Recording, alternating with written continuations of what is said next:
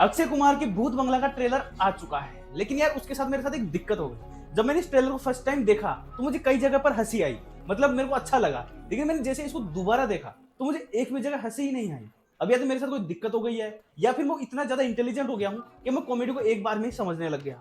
मतलब कुछ तो गड़बड़ है रे बाबा। अगर ट्रेलर की बात करें तो एक पुराना स्थापित महल, 1000 साल पुराना श्राप, अंधेरी रात, अचानक अपने आप बजता पियानो, और उसी के बीच एंट्री होती है एक ऐसे इंसान की जो डरता नहीं है बल्कि वही रहने का फैसला कर लेता है। जी हाँ, मैं बात कर रहा हूँ भूत बंगला के ट्रेलर की, जो पहली नजर में हंसाता भी है, डराता भी है, और सबसे बड़ी बात, नॉस्टैल्जिया का ऐसा डोज देता है कि आपको तुरंत भूल भुलैया की याद आ जाती है। लेकिन सवाल यह है, क्या ये सिर्फ नॉस्टैल्जिया पर चलने वाली फिल्म है या सच में कुछ नया लेकर आ रही है? और क्या ये ट्रेलर उतना पावरफुल है कि बार बार देखने का मन करे, या सिर्फ वन टाइम वॉच बनकर रह जाता है, जैसा कि मैं बता रहा था। यही सब आज हम डिटेल में ब्रेक डाउन करेंगे, story, comedy, acting, visuals, music, flows और फाइनल वर्डिक्ट के साथ। अगर आप इस चैनल पर नए हैं तो सब्सक्राइब करो मेरे यार, यहाँ पर ऐसा ही दमदार कंटेंट मिलता है। सबसे पहले बात करते हैं ट्रेलर के प्लॉट और स्टोरी लाइन की। ट्रेलर की शुरुआत ही एक ऐसी डरावनी वाइब के साथ होती है जहां हमें एक पुराना विशाल और डरावना महल दिखाया जाता है, जिसे लोग भूत बंगला कहते हैं। यहाँ पर बताया जाता है कि इस जगह पर 1000 साल पुराना श्राप है, और इस श्राप का जो कनेक्शन है किसी प्राचीन शक्ति यानी वधसूर से है। ये कॉन्सेप्ट सुनने में ही इंटरेस्टिंग लगता है, क्योंकि ये सिर्फ घोस्ट नहीं बल्कि एक मिथिक टाइप एंटिटी दिखाई जा रही है। मुझे लगा कि फिल्म सिर्फ हॉन्टेड हाउस तक सीमित नहीं रहने वाली, बल्कि इसमें कई सारी लेयर्स भी क्रिएट करने की कोशिश की गई है। ट्रेलर में कुछ शॉट्स ऐसे हैं जहां चमगादड़ों का झुंड, अंधेरी हवेली और रहस्यमय आवाजें दिखाई देती है और सुनाई भी देती है, जो इस बात का संकेत भी देते हैं कि यहाँ पर जो सुपर नेचुरल जो लेवल है उसको थोड़ा बड़ा रखने की कोशिश की गई है। इसके बाद एंट्री होती है अक्षय कुमार की, जो इस पुरानी डरावनी दुनिया के बीच कॉमेडी का बैलेंस बनाए नजर आते हैं। उनका कैरेक्टर टिपिकल फेयरलेस लेकिन थोड़ा लालची या केयरलेस टाइप का लगता है, जो सबके मना करने के बावजूद इस हॉन्टेड महल में रहने का फैसला करता है।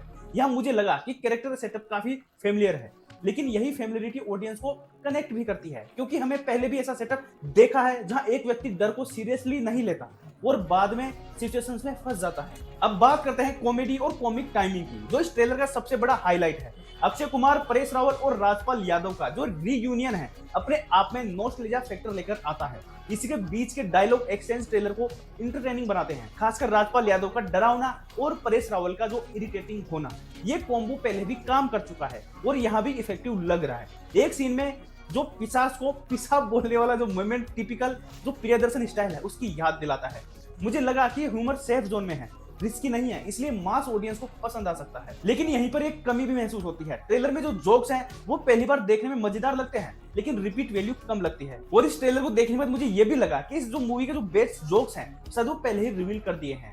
जब वही क्लिप दोबारा देखने जाते हैं तो सरप्राइज फैक्टर खत्म हो जाता है। यही कारण है ट्रेलर उतना रिवॉचेबल नहीं लगता। अब बात करते हैं एक्टिंग और कैरेक्टर्स की। अक्षय कुमार अपने पुराने कॉमेडी अवतार में नजर आ रहे हैं। उनका जो कॉन्फिडेंट बॉडी लैंग्वेज और टाइमिंग बहुत अच्छा लग रहा है। मुझे लगा कि उन्हें ओवर एक्टिंग नहीं की बल्कि कंट्रोल्ड कॉमेडी की है, जो इस जॉनर के लिए सही है। परेश रावल हमेशा की तरह सॉलिड लगते हैं। उनका एक्सप्रेशन बेस्ड ह्यूमर ट्रेलर में भी काम करता है। राजपाल यादव का रोल छोटा हो सकता है, लेकिन कॉमिक रिलीफ के लिए इफेक्टिव दिख रहा है। तब्बू की एंट्री ट्रेलर में मिस्टीरियस वाइब देती है। उनका क्लासिक लुक और काम एक्सप्रेशन क्यूरियोसिटी पैदा करता है। मुझे लगता है कि उनका रोल सिंपल गोस्ट से ज्यादा लेयर्ड हो सकता है। वामिका गाबी फ्रेश एनर्जी लगती है, और असरानी का जो कैमियो नॉस्टैल्जिया को बढ़ा देता है। अब बात करते हैं विजुअल्स और वीएफएक्स की। ट्रेलर में जो हंटेड ट्री बेड्स वाला जो सीक्वेंस है विजुअली स्ट्रॉन्ग लगता है। हवेली का प्रोडक्शन डिजाइन भी अच्छा है। म्यूजिक और साउंड डिजाइन भी ट्रेलर का इंपॉर्टेंट हिस्सा है। Background score horror vibe build करता है और जंप स्कार्स को सपोर्ट करता है। लेकिन मुझे लगा कि म्यूजिक में कोई आइकॉनिक थीम नहीं है जो इंस्टेंटली याद रह जाए। अब आते हैं ट्रेलर की सबसे बड़ी कमी पर, लो रिपीट वैल्यू। ट्रेलर इंटरटेनिंग है, लेकिन इसमें ऐसा कोई भी सीन नहीं है जो माइंड ब्लोइंग लगे। कोई भी पावरफुल रिवील या शॉकिंग ट्विस्ट नहीं दिखाया गया। वो ट्रेलर देखने पर थोड़ा प्रिडिक्टेबल भी लगता है, और जो फॉर्मूला फॉलो करता है, घोस्ट एंट्री, कैरेक्टर का डरना, कॉमेडी, पंच और फिर सस्पेंस शॉट, इसका यही एक बेसिक टेम्पलेट सा लगता है। यह प्रिडिक्टेबिलिटी रिपीट वैल्यू कम कर देती है। कॉमेडी भी सरप्राइज बेस्ड नहीं है, इसलिए दूसरी बार देखने पर इंपैक्ट कम हो जाता है। फाइनल वर्डिक्ट दूं तो ओवरऑल भूत बंगला का ट्रेलर एंटरटेनिंग है, नॉस्टैल्जिया स्ट्रॉन्ग है, कॉमेडी सेफ है, विजुअल्स डिसेंट है, लेकिन जो इसका एक्स फैक्टर है वो मिसिंग है। मुझे लगा कि ट्रेलर मूवी को सेल करता है, लेकिन हाइप क्रिएट नहीं करता। अगर मूवी में ट्रेलर से ज्यादा सरप्राइज और फ्रेश जोक्स हुए तो ये बड़ी हिट बन सकती है, लेकिन अगर यही कंटेंट मूवी में रहा तो ये वन टाइम वॉच बनकर रह सकती है। अब सबसे बड़ा सवाल, क्या मूवी ट्रेलर से ज्यादा कंटेंट छुपा रही है?